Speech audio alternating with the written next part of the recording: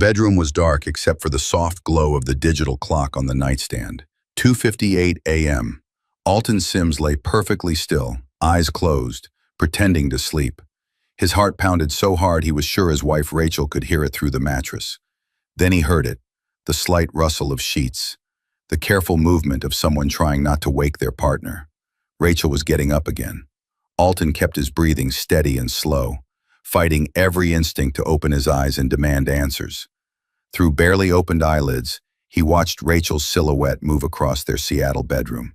She grabbed her phone from the dresser, its screen illuminating her face for just a moment. Even in the dim light, Alton could see the expression on her face. Nervous, guilty, excited. The bedroom door opened slowly, then closed with a soft click. Alton's eyes shot open. He stared at the ceiling, his mind racing. This was the 7th night in a row. 7 nights of Rachel sneaking out of their bed at exactly 3 a.m. 7 nights of hushed phone calls she thought he didn't know about. 7 nights of lies. He grabbed his own phone. 2:59 a.m. He had 1 minute before Rachel would make her secret call, just like she had done every night this week. Alton threw off the covers and moved toward the door, his feet silent on the carpet. Their house was a modest 3-bedroom in the suburbs, bought 5 years ago when they first got married. Back when things were simple, back when Rachel told him everything, or so he thought. He reached the hallway and paused. Downstairs he could hear Rachel's voice, soft, almost a whisper, but there. His stomach twisted into knots. Was she having an affair? The thought had kept him awake every night for the past week. Rachel was beautiful, smart, and lately, distant, very distant. She came home late from work. She was always on her phone. She smiled less. And now, these secret 3 a.m. phone calls. Alton descended the stairs slowly, careful to avoid the third step that always creaked. The house was silent except for Rachel's muffled voice coming from the study. He moved closer, his back pressed against the wall. "I can't keep doing this," Rachel whispered into the phone. "It's killing me inside." Alton's heart stopped.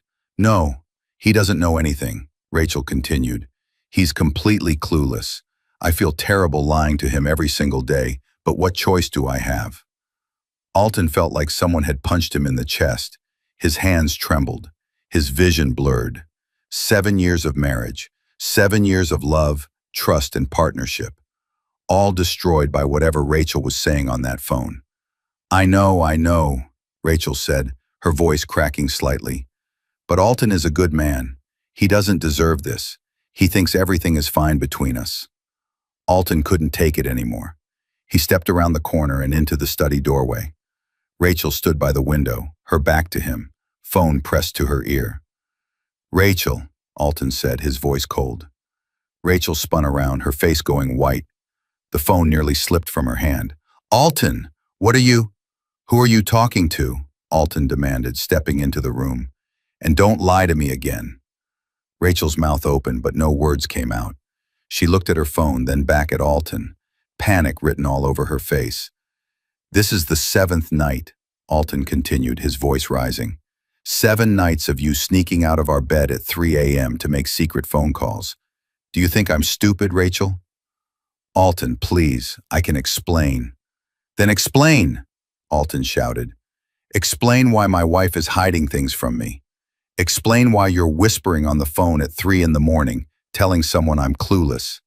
Explain why you just said I don't deserve this." Before we continue with this story, I need to ask you something important. If this story is keeping you on the edge of your seat, do me a quick favor. Hit that subscribe button right now. It takes literally 1 second, but it means everything to me and helps me bring you more incredible stories like this one. And while you're at it, smash that like button. Let's show YouTube that real storytelling still matters. Oh, and drop a comment telling me where you're watching from. Are you in Texas, New York, London, or somewhere else entirely? I love connecting with you all. Now let's get back to Alton and Rachel because things are about to get intense. Rachel set her phone down on the desk, her hands shaking. "Alton, it's not what you think." "Not what I think?" Alton laughed bitterly. "You're making secret phone calls at 3 a.m., lying to me, and acting strange for weeks. What else am I supposed to think? I'm not having an affair, Rachel said quickly. Then what is it? Alton demanded. Because from where I'm standing, all the signs are there. Rachel looked away, tears forming in her eyes. I can't tell you. Those 4 words hit Alton harder than any confirmation of an affair could have. You can't tell me? Your husband? Not yet, Rachel whispered. Not yet? Alton's voice was full of pain. We've been married for 7 years, Rachel. 7 years. We promised each other no secrets. We promised to always communicate. And now you're standing here telling me you can't tell me something? Rachel wiped her eyes. I know how this looks. I know you're hurt and confused, but I need you to trust me just a little bit longer. Trust you? Alton stepped closer. You want me to trust you while you sneak around behind my back? While you make secret phone calls and lie to my face every single day? I haven't lied to you, Rachel protested weakly. Lying by omission is still lying, Alton shot back. What are you involved in, Rachel? Are you in some kind of trouble? Do you owe someone money? No, nothing like that. Then what? Alton pleaded, his anger giving way to desperation. Please, Rachel, just tell me what's going on. Whatever it is, we can handle it together. Rachel looked at him with such sadness in her eyes. I want to tell you, Alton.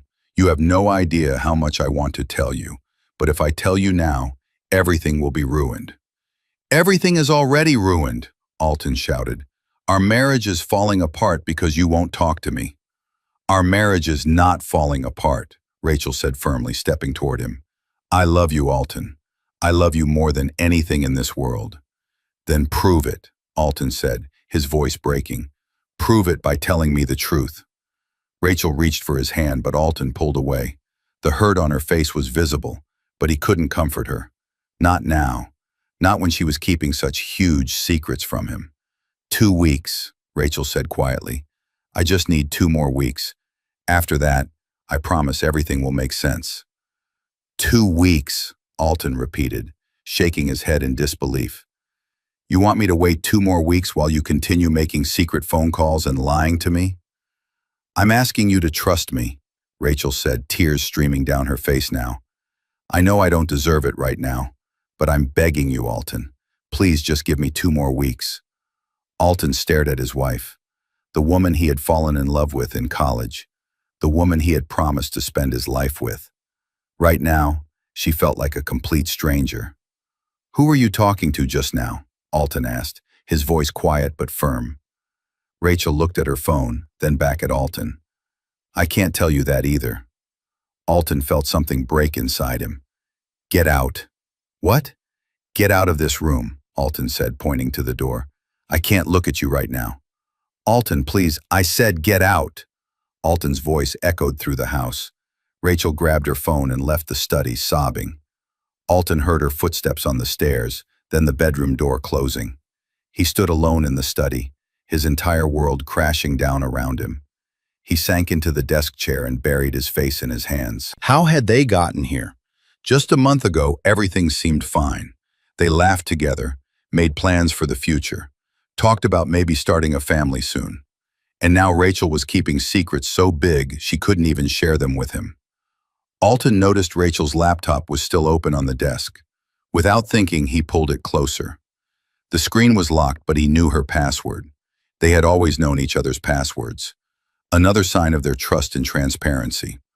Or at least, what he thought was transparency. His finger hovered over the keyboard. Should he? This felt like a violation of privacy. But hadn't Rachel already violated their marriage by keeping secrets? He typed in the password. The laptop opened to her email inbox. Alton's eyes scanned the subject lines. Work emails mostly. Some from her sister. A few promotional messages. Then he saw it. An email from someone named Marcus Weber. The subject line read, Tomorrow night, final details. Alton's blood ran cold. He clicked on the email. Rachel, everything is set for tomorrow night, 3 a.m. as usual. Make sure Alton doesn't follow you this time. We can't risk him finding out before everything is ready. See you tomorrow, M. Alton read the email 3 times, his hands clenched into fists. Who was Marcus Weber? And what was happening tomorrow night at 3 a.m. that Alton couldn't know about? He scrolled through more emails, finding several more from this Marcus person. All of them were vague, talking about plans and keeping Alton in the dark and the big reveal. The big reveal? What was Rachel planning? Alton's phone buzzed in his pocket. A text from his best friend, Kevin. "You still up, man? Haven't heard from you in days. Everything okay?" Alton had been avoiding Kevin's calls. How could he tell his best friend that his marriage was falling apart? That his wife was sneaking around and making secret plans with some guy named Marcus? He didn't reply. Instead, he continued digging through Rachel's laptop. He opened her browser history, multiple searches about Seattle hotels, flight schedules, and something that made his stomach drop. How to tell your husband difficult news. Alton slammed the laptop shut. He couldn't do this anymore. The suspicion was eating him alive. He grabbed his jacket from the coat rack and his car keys from the bowl by the door. He needed to drive, to think, to figure out what the hell was happening to his life. As he started his car, he looked up at their bedroom window. The light was on. Rachel was probably awake, crying, hating herself for hurting him. Good, Alton thought bitterly. She should feel terrible. He drove through the empty Seattle streets, the city quiet at this ungodly hour. His phone kept buzzing with texts from Rachel, but he ignored them all. What could she possibly say that would make this better? An hour later, Alton found himself parked outside Kevin's apartment building. Before he could talk himself out of it, he called Kevin's number. "Alton?" Kevin answered, his voice groggy. "Dude, it's 4:30 in the morning." "I need to talk," Alton said. "Can I come up?" "Yeah, of course. Come up." 10 minutes later, Alton sat on Kevin's couch, a cup of coffee in his hands, telling his best friend everything. The secret phone calls, the distance, the mysterious email from Marcus Weber. Kevin listened silently, his expression growing more concerned with each detail. "So what do you think?" Alton asked when he finished. "Am I crazy, or is Rachel having an affair?" Kevin was quiet for a long moment. "I don't know, man. Rachel doesn't seem like the type to cheat." "That's what I thought too," Alton said. "But what else could it be? Secret phone calls with a man named Marcus? Plans she can't tell me about?" "Maybe she's planning a surprise for you," Kevin suggested. "Like a party or something." Alton shook his head. "For what? Our anniversary isn't for months. My birthday just passed. And why would a surprise party require her to make phone calls at 3 a.m. for a week straight?" Kevin had no answer for that. "Tomorrow night is apparently the final details," Alton continued. "Whatever Rachel is planning, it's happening soon."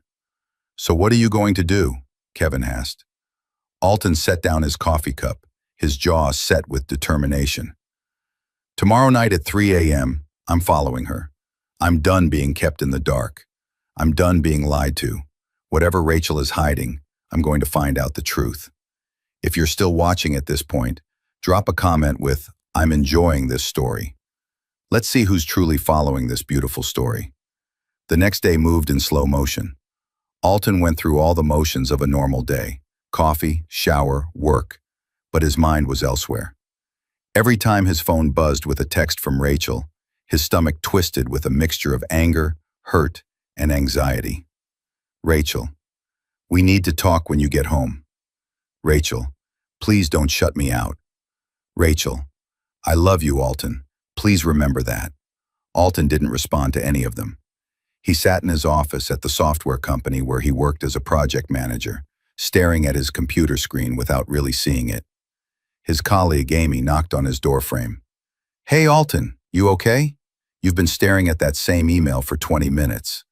Alton snapped back to reality. "Yeah, sorry, just distracted." "Everything all right at home?" Amy asked, genuine concern in her voice. Alton wanted to scream, "No, everything is not all right." But instead, he just nodded and forced a smile. "Everything's fine." After Amy left, Alton pulled up a search engine and typed in Marcus Weber's Seattle. Hundreds of results appeared. Marcus Weber at a law firm. Marcus Weber who taught at the University of Washington. Marcus Weber who owned a restaurant downtown. Which one was Rachel secretly communicating with? Alton spent his lunch break creating a list of all the Marcus Webers in Seattle. He even considered hiring a private investigator, but quickly dismissed the idea. He would find out the truth himself tonight. At 5 p.m., Alton drove home, his hands gripping the steering wheel tightly. Rachel's car was already in the driveway. He sat in his car for a full 5 minutes, gathering the courage to go inside. When he finally walked through the front door, the house smelled like Rachel's famous lasagna, his favorite. She was trying to smooth things over with food. Rachel appeared from the kitchen, wearing an apron, her eyes red and puffy from crying. "Alton, you're home." "I am," Alton said coldly, walking past her toward the stairs. "Wait," Rachel called. "I made dinner, your favorite."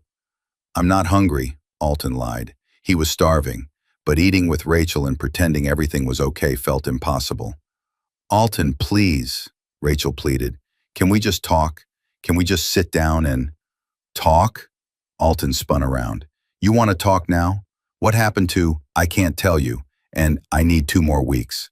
Rachel's face crumpled. "I know I hurt you. I know you're angry, but I'm not doing any of this to hurt you on purpose." "Then tell me what's going on," Alton demanded. "Right now, Rachel. No more waiting, no more secrets. Tell me who Marcus Weber is and why you're making secret plans with him." Rachel's eyes widened. "How do you know about Marcus?" "So you admit it," Alton said, his voice rising. "You're in contact with some man named Marcus, making secret plans behind my back." "Alton, it's not—" "Stop saying it's not what I think," Alton shouted. "Just tell me the truth for once." Rachel stood there, tears streaming down her face, her mouth opening and closing but no words coming out. "That's what I thought," Alton said bitterly. He turned and climbed the stairs, slamming the bedroom door behind him. He didn't come down for dinner. At 7 p.m., he heard Rachel knock softly on the door. "Alton, I'm leaving a plate outside the door for you. Please eat something." Alton said nothing. At 9 p.m., Rachel knocked again. "I'm going to bed early. I have an early morning tomorrow. I love you, Alton." Alton clenched his jaw. She was still lying. She didn't have an early morning tomorrow. She had a secret plan at 3 a.m. He waited until he heard Rachel's movements in the bedroom stop and her breathing even out.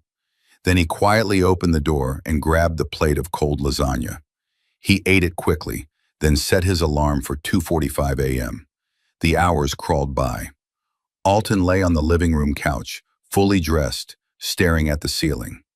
His mind raced with possibilities, each one worse than the last. At 2:45 a.m., his alarm vibrated silently in his pocket. He turned it off and sat up, his heart pounding. At 2:57 a.m., he heard movement upstairs. Rachel was getting up. Alton moved quickly but quietly to the front hall closet, leaving the door open just a crack so he could see the staircase. He watched as Rachel descended the stairs, fully dressed in jeans and a nice blouse, not the kind of clothes someone wears for a secret phone call at home. She was going somewhere. Rachel grabbed her purse and car keys, then opened the front door as quietly as possible. Alton waited until he heard her car start before slipping out the back door. He ran around the side of the house just in time to see Rachel's Toyota pulling out of the driveway. Alton jumped into his own car and followed at a distance, his hands shaking on the steering wheel. The streets were empty at this hour, making it harder to follow without being obvious. He stayed back, keeping Rachel's taillights just barely in view. Rachel drove for 20 minutes, heading toward downtown Seattle. Alton's mind raced. Was she meeting Marcus at his apartment, at a hotel? Then Rachel's car turned into the parking lot of Seattle General Hospital. A hospital?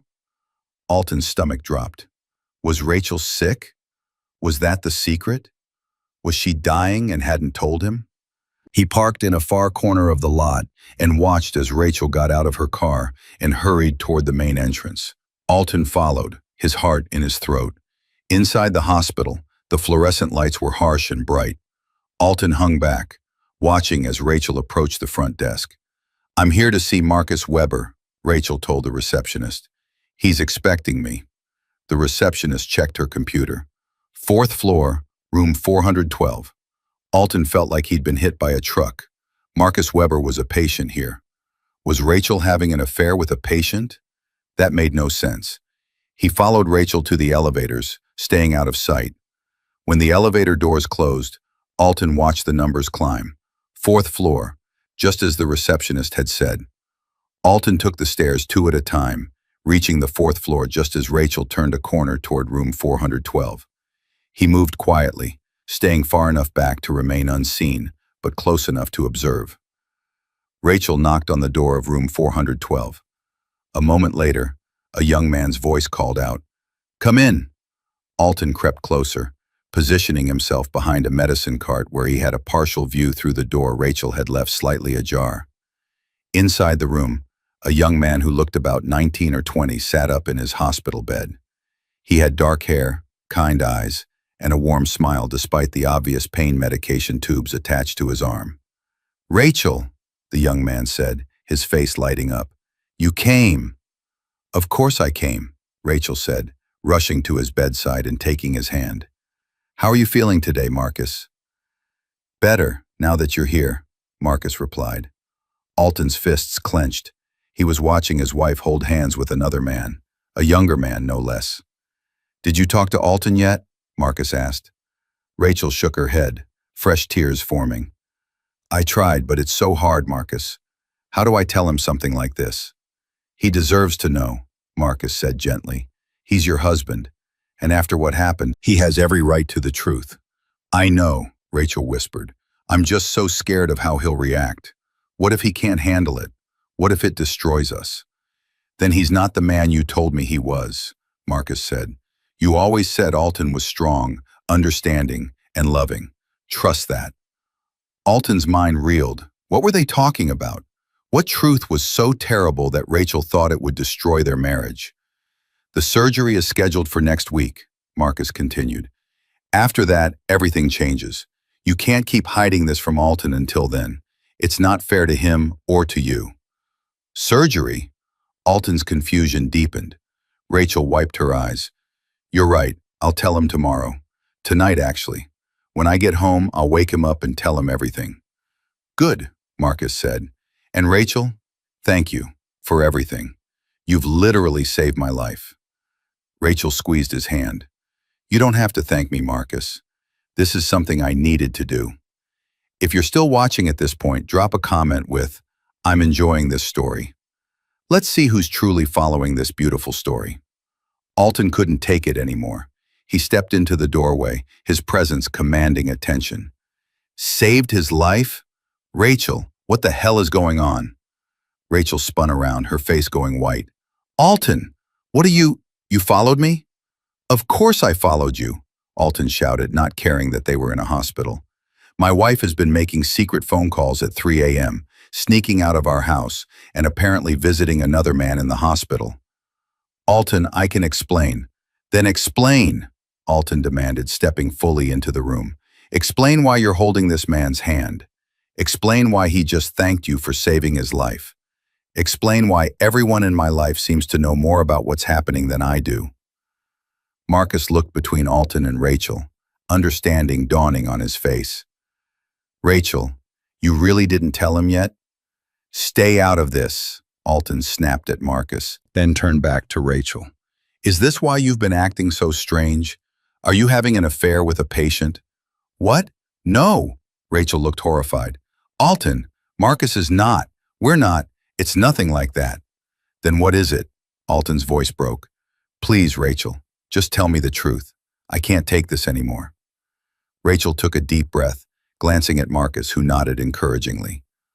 "Alton," Rachel began, her voice shaking. "Marcus is your brother." The room went completely silent. Alton stared at Rachel, certain he had misheard. "What did you just say?" "Marcus is your biological half-brother," Rachel repeated, "from your father's side." Alton felt the room spin. "That's impossible. I'm an only child. My father died when I was 5. He never—" "Your father had another son before he married your mother," Rachel explained quickly, her words tumbling out. Marcus's mother was your father's college girlfriend. She got pregnant, but they broke up before Marcus was born.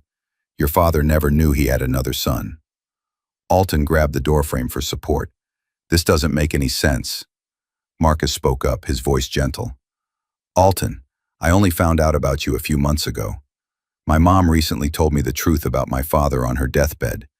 She gave me his name and I started searching. That's how I found you. And Rachel. You contacted my wife? Alton looked at Rachel incredulously. He contacted me through my work email, Rachel explained. He explained everything, showed me the DNA test he had done using samples from your father's old belongings that your mother kept. Alton, the test was 99.9% match. Marcus is your brother.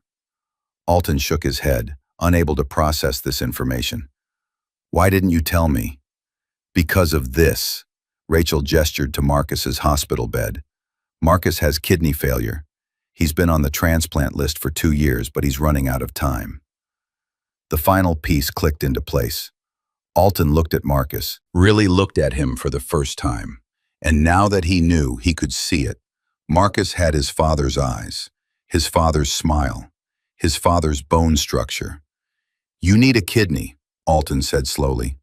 Marcus nodded. I didn't want to reach out to you like this. I didn't want to show up in your life demanding a body part. But I'm dying, Alton. And as my brother, you're the best match possible for a transplant. Rachel moved toward Alton. That's why I've been secretive. Marcus wanted to meet you first, to see if there was a connection, to see if you would even want to know him. But then his condition worsened, and we ran out of time. The doctor said he needed surgery within the month, or he might not make it. Alton's legs felt weak. He sank into a chair by the door. You've known for months that I have a brother who's dying, and you didn't tell me? I was trying to protect you, Rachel said desperately. I knew this would be overwhelming. I knew you would feel pressured to donate a kidney, and I didn't want you to make that decision out of obligation. So instead you lied to me, Alton said quietly. You snuck around, made secret plans, and let me think you were having an affair. I'm sorry, Rachel whispered, tears flowing freely now. I'm so sorry. I handled this all wrong. Alton looked at Marcus, who was watching him with a mixture of hope and resignation. Why did you agree to this? To Rachel keeping this from me? I didn't want to disrupt your life, Marcus said honestly. You have a wife, a career, a whole life that doesn't include me. I'm a stranger who happens to share half your DNA.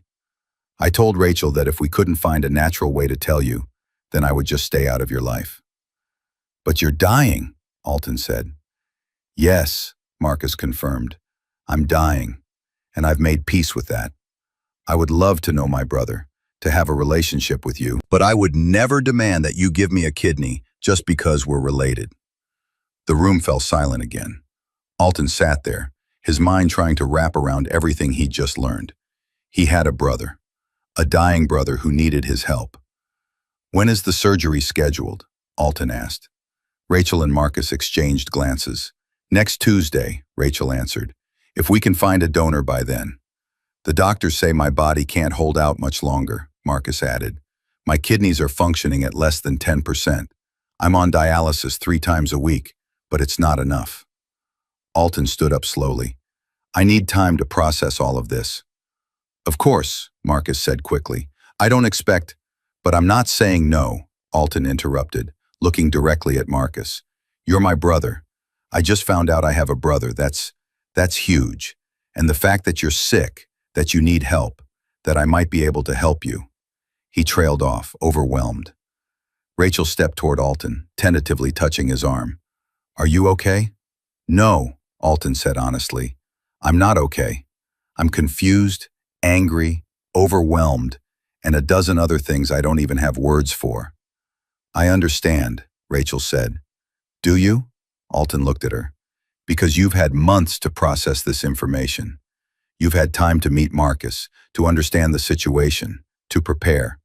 I've had 5 minutes. You're right, Rachel admitted. I'm sorry. I should have told you immediately. Alton ran his hands through his hair. I need to go home. I need to think. Will you come back? Marcus asked quietly. Even if you decide not to donate, I'd still like to know you.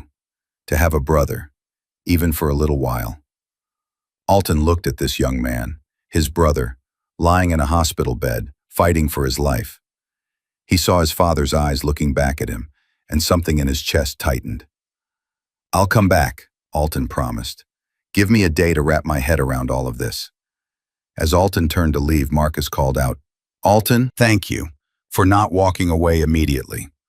Alton nodded but didn't turn around. He couldn't. If he looked at Marcus again, he might break down completely. Rachel followed him out into the hallway. Alton, wait. He stopped but didn't face her. I know you're angry with me, Rachel said, and you have every right to be. I mishandled this situation terribly, but I need you to know that everything I did because I love you. I was trying to protect you from this impossible decision. Alton finally turned to look at her. By lying to me? By making me think you were cheating? By destroying my trust in you? I know, Rachel's voice broke. I know, and I'm sorry. I was so focused on protecting you that I didn't see how much I was hurting you. I need space, Alton said.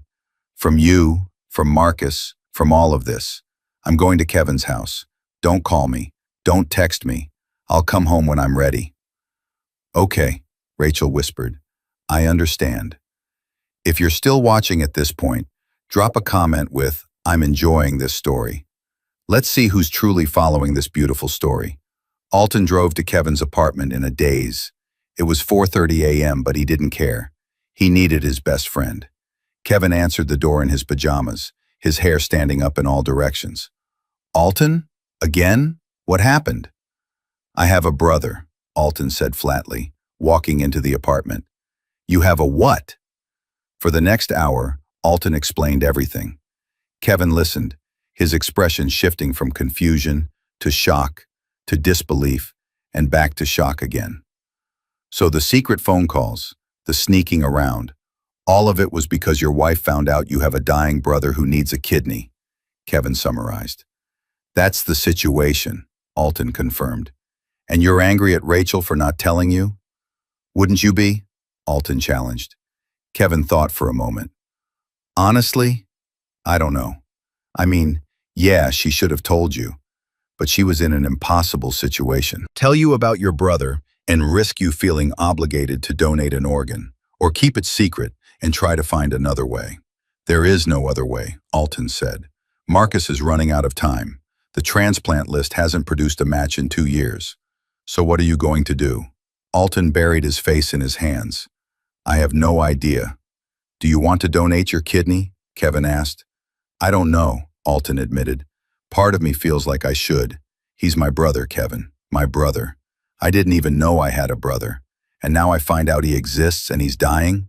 How do I not help him? But I'm terrified, Alton confessed. What if something goes wrong during surgery? What if I donate my kidney and he still dies? What if I end up with health complications? Rachel and I want to start a family soon. What if this affects that? Those are all valid concerns, Kevin said. And I'm still so angry at Rachel, Alton continued. She lied to me for months. She let me think the worst. She broke my trust. But she did it trying to protect you, Kevin pointed out. Doesn't that count for something? Does it? Alton looked at his friend. Where's the line between protection and betrayal? Kevin didn't have an answer. Alton stayed at Kevin's apartment for the rest of that day. He called in sick to work, ignored Rachel's texts, and spent hours online researching kidney donations. The success rates, the recovery process, the potential complications. He absorbed it all. By evening, he had made a decision. He drove back to the hospital, finding Marcus in the same room. This time, Rachel wasn't there. Marcus looked surprised to see him. Alton, I didn't expect you back so soon. Alton pulled up a chair and sat down. Tell me about yourself, about our father, about your life. Marcus's eyes lit up. For the next 2 hours, they talked. Marcus shared stories his mother had told him about their father, a passionate man who loved jazz music and had dreams of becoming a writer before settling into accounting. He showed Alton pictures his mother had kept, Photos of a young man Alton barely recognized but desperately wanted to know. In return, Alton shared his own memories of their father. The smell of his cologne, the way he used to sing off-key while making breakfast. The last day Alton saw him before the car accident that took his life. He would have loved to know he had two sons, Alton said quietly. I think so too, Marcus agreed. As the evening wore on, Alton found himself genuinely liking Marcus. His brother was funny, intelligent, and despite his illness, optimistic. They discovered they both loved the same movies, both hated mushrooms, and both had an irrational fear of pigeons. I'm going to do it, Alton said suddenly. I'm going to give you my kidney. Marcus's eyes widened. Alton, you don't have to. I know I don't have to, Alton interrupted, but I want to. You're my brother, Marcus. Maybe I've only known you for a day, but you're family, and family helps family. Marcus's eyes filled with tears. Are you sure? I'm sure, Alton confirmed, but I need you to promise me something. Anything. Promise me that after this is all over, you'll be part of my life. Really part of it. Family dinners, holidays, everything. I don't want this to be the only reason we know each other. Marcus laughed through his tears. I promise, although I should warn you, I'm terrible at Monopoly. Perfect, Alton grinned. So am I. When Alton finally went home that night, it was past midnight. He found Rachel sitting on the living room couch, still awake, her eyes red from crying. Alton, she stood up immediately. You're home. I'm home, he confirmed. They stood there for a moment, the weight of the past few days hanging between them. I saw Marcus again tonight, Alton said. We talked. Really talked. How is he? Rachel asked. He's good, funny. I like him. Alton paused. I'm going to donate my kidney. Rachel's hand flew to her mouth. Alton, are you certain? I am, he said.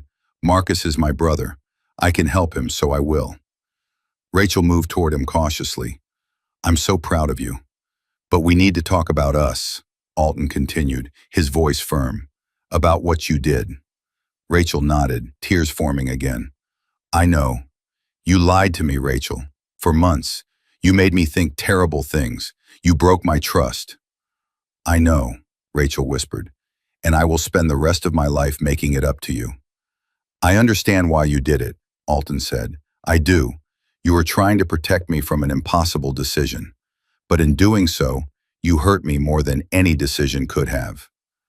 I'm so sorry, Rachel sobbed. I was so wrong. I should have trusted you to handle the truth. Alton opened his arms, and Rachel fell into them, crying against his chest. I love you, she said over and over. I love you so much. I love you too, Alton said, holding her tight. But we have a lot of work to do to rebuild what was broken. I'll do anything, Rachel promised. Counseling, therapy, whatever you need. Good, Alton said, because we're going to need it. They held each other for a long time, the first step in healing their wounded marriage. The surgery was scheduled for the following Tuesday. Alton underwent all the necessary tests and was confirmed as a perfect match for Marcus. The doctor said the odds of success were excellent. The night before the surgery, Alton's mother visited the hospital. She had been shocked when Alton told her about Marcus, but quickly embraced the idea of a second son. She sat by Marcus's bedside, telling him stories about his father, filling in the blanks that his own mother's death had left. Your father would be so proud of both of you, she said, holding Marcus's hand while her other hand rested on Alton's shoulder. Early Tuesday morning, Alton and Marcus were prepped for surgery. As they wheeled Alton's gurney past Marcus's room, Alton called out, "See you on the other side, brother." "See you on the other side," Marcus called back, his voice full of emotion. The surgery took 6 hours. Rachel and Alton's mother sat in the waiting room the entire time, barely speaking, both lost in prayer and worry. When the surgeon finally emerged, he was smiling. The transplant was a success. Both patients are in recovery and doing well. Rachel collapsed in relief, and Alton's mother hugged her tightly. 3 days later, Alton woke up in his hospital room feeling sore but alive. A nurse helped him into a wheelchair, and Rachel wheeled him down the hall to Marcus's room. Marcus was sitting up in bed, looking better than Alton had ever seen him. "Brother!" he called out when Alton entered. "Brother," Alton replied, grinning despite the pain. "How are you feeling?" Marcus asked. "Like someone took an organ out of my body," Alton joked, "but it was worth it." "I don't know how to thank you," Marcus said, his voice thick with emotion. "You saved my life, Alton. You barely knew me, and you saved my life." "That's what brothers do," Alton said simply. Over the next few weeks, both men recovered. Alton returned home after a week, and Marcus was released a few days later. Rachel had prepared the guest room for Marcus to stay with them during his recovery, despite Alton's initial protests. "He has nowhere else to go," Rachel argued. "His apartment is a third-floor walk-up. He can't climb stairs yet. He's staying here, Alton." And she was right. Having Marcus in the house during recovery brought the brothers closer. They watched movies together, played video games, and talked about everything: their father, their lives, their dreams for the future. Rachel watched the bond between them grow with a mixture of joy and guilt. One night, after Marcus had gone to bed early, she and Alton sat on the back porch. "I really messed up, didn't I?" Rachel said quietly. "You did," Alton agreed, "but I understand why now. Seeing how complicated this all was, how many emotions and decisions were involved, I get why you struggled with telling me." "Does that mean you forgive me?" Rachel asked hopefully. Alton took her hand. "I'm working on it. Forgiveness isn't instant, Rachel, but I see the effort you're making. The therapy sessions, the honesty, the way you've welcomed Marcus into our home. It means something." "I'll keep trying," Rachel promised. "Every day, I'll keep trying to earn back your trust." 3 months later, Marcus moved into his own apartment, one with an elevator. He had returned to school, finishing the degree his illness had interrupted. He video called Alton every day, came to their house for Sunday dinners, and integrated himself into their lives so naturally it felt like he had always been there. If you're still watching at this point, drop a comment with, "I'm enjoying this story." Let's see who's truly following this beautiful story. One evening, Alton and Rachel invited Kevin, Alton's mother, and Marcus over for a special dinner.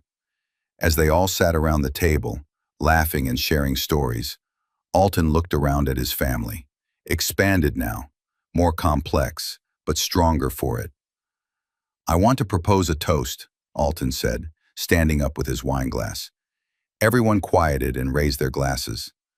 "6 months ago, my world fell apart," Alton began. "I thought I was losing my wife. I thought my marriage was over. I was angry, hurt, and lost." Rachel looked down, tears forming. "But what I didn't know," Alton continued, "was that I was actually gaining something precious. I gained a brother." He looked at Marcus, who smiled. "I gained a deeper understanding of what love really means, and I gained perspective on what's truly important in life." "Family," Marcus said. "Family," Alton confirmed. "Not just blood family, but the family we choose, the family we fight for, and the family we're willing to sacrifice for." He turned to Rachel. "You made a mistake, a big one, but you did it out of love, and watching you work every day to rebuild my trust, to be honest and open, to support both Marcus and me through recovery, it's shown me who you really are." Rachel wiped her eyes. "So, this toast is to second chances," Alton said, "to forgiveness, to brotherhood, and to the messy, complicated, beautiful thing we call family." "To family," everyone echoed, clinking their glasses. After dinner, as everyone was leaving, Marcus pulled Alton aside. "Thank you," he said, "not just for the kidney, but for everything, for accepting me, for bringing me into your life, for being my brother." "Thank you for existing," Alton replied. "I never knew I was missing something until I found you." That night, as Alton and Rachel lay in bed, Rachel turned to him. "Do you really forgive me?" Alton thought for a moment. "I think I'm getting there. Some days are harder than others, but yeah, I think I'm finally getting there." That's all I can ask for, Rachel said, snuggling close to him. Although, Alton added, if you ever keep another secret this big from me, I'm eating all your chocolate ice cream. Rachel laughed, the first genuine joyful laugh Alton had heard from her in months. Deal. 1 year later, Alton stood in front of a room full of people at the hospital's donor appreciation event. He had been asked to speak about his experience donating a kidney. When I first found out I had a brother, Alton began, I was shocked, angry even, not at him, but at the situation. I was angry that I'd been lied to, angry that I had to make such a huge decision so quickly, angry that life could be so complicated. The audience listened attentively. But here's what I learned, Alton continued. Life is complicated. People make mistakes, even when they're trying to help. And sometimes, the hardest decisions we make turn out to be the best ones. He looked over at Marcus, who sat in the front row next to Rachel and Alton's mother. Donating my kidney to my brother was scary. The surgery, the recovery, the uncertainty, all of it was terrifying. But you know what's more terrifying? Knowing you had the power to save someone's life and choosing not to use it. Several people nodded in agreement. Marcus isn't just my brother now, Alton said. He's my best friend. He's part of my family in every sense of the word. And I get to watch him live his life, achieve his dreams, and be happy, all because I made a choice to help. He paused, looking at Rachel, whose eyes were filled with tears. So, my advice to anyone considering becoming a donor is this.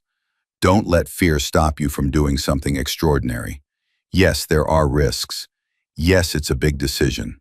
But the reward, saving a life, creating a bond, becoming someone's hero, it's worth every moment of doubt. The room erupted in applause. After the event, as Alton, Rachel, and Marcus walked to their car, Marcus threw his arm around Alton's shoulders. Thanks for the shout-out, bro. Anytime, bro, Alton replied, grinning. Rachel walked beside them, watching her husband and his brother, and smiled. Yes, she had made mistakes. Yes, the path to this moment had been rocky and painful. But looking at the two brothers now, laughing and teasing each other, she knew that somehow everything had worked out exactly as it was supposed to. That night, Alton found Rachel in their bedroom, looking at old photos. What are you doing? He asked. Looking at pictures from our wedding, Rachel said, remembering when things were simpler. Alton sat beside her. Simpler isn't always better. No? Rachel looked at him. No, Alton confirmed. Our life is messy now, complicated. We have more people to worry about, more relationships to maintain, more challenges to face. But it's richer too, more meaningful. I love you, Rachel said, even more than I did on our wedding day. I love you too, Alton replied, and I forgive you, Rachel, completely. Rachel let out a sob of relief and joy. Really? Really, Alton confirmed, pulling her into his arms. We've been through hell and back this year, but we came out stronger. Our marriage is stronger. We're stronger. Thank you, Rachel whispered. Thank you for not giving up on us. Never, Alton promised. We're in this together, always. 2 years after the surgery, Alton and Rachel welcomed their first child, a baby girl they named Hope. Marcus was there in the delivery room waiting area with Alton's mother and Kevin, pacing nervously. When Alton emerged to announce Hope's arrival, Marcus was the first to hug him. Congratulations, brother. I'm an uncle. You are, Alton confirmed, grinning widely, and you're going to be the best uncle ever. True to Alton's word, Marcus became a fixture in Hope's life. He babysat, attended every birthday party, and spoiled his niece outrageously. When Hope was old enough to talk, her first sentence after Mama and Dada was, Uncle Mark. On Hope's third birthday, the whole family gathered at Alton and Rachel's house for a celebration. As Alton watched Hope blow out her candles with Marcus helping her, he felt a tap on his shoulder. It was Rachel. Can you believe it's been 5 years since that night? Since you followed me to the hospital? 5 years, Alton marveled. Feels like a lifetime ago. Are you happy? Rachel asked. With how everything turned out? Alton looked around the room. His mother was laughing with Kevin. Marcus was helping Hope open presents. Their home was filled with love, laughter, and family. "I'm more than happy," Alton said, pulling Rachel close. "I'm grateful. Grateful for every moment, every challenge, every blessing." "Even the 3 a.m. phone calls?" Rachel teased. "Especially the 3 a.m. phone calls," Alton replied, "because they led us here, to this moment, this family, this beautiful, messy, perfect life." Rachel kissed him. "I love our beautiful, messy, perfect life." "Me too," Alton agreed. "Me too." As the party continued around them, Alton reflected on the journey that had brought them to this point. The secrets, the lies, the pain, the forgiveness, and ultimately, the love that had prevailed through it all. He had learned that families aren't perfect, marriages aren't perfect, people aren't perfect. But when you choose to love despite the imperfections, when you choose to forgive despite the hurt, and when you choose to sacrifice for the people you care about, that's when you discover what truly matters. Marcus caught Alton's eye across the room and raised his glass in a silent toast. Alton raised his own glass in return. To brotherhood, to second chances, to the mysterious ways life brings people together, and to 3 a.m. phone calls that change everything. Thank you so much for sticking with this incredible journey from beginning to end. If this story touched your heart, moved you, or kept you on the edge of your seat, please show some love by hitting that like button and subscribing to the channel for more amazing stories like this. And don't forget to drop a comment telling me where you're watching from and what you thought about this emotional roller coaster. Your support means the world to me, and it helps me continue creating the content you love. Until next time, stay blessed, cherish your loved ones, and remember, sometimes the biggest mysteries in life lead to the greatest blessings.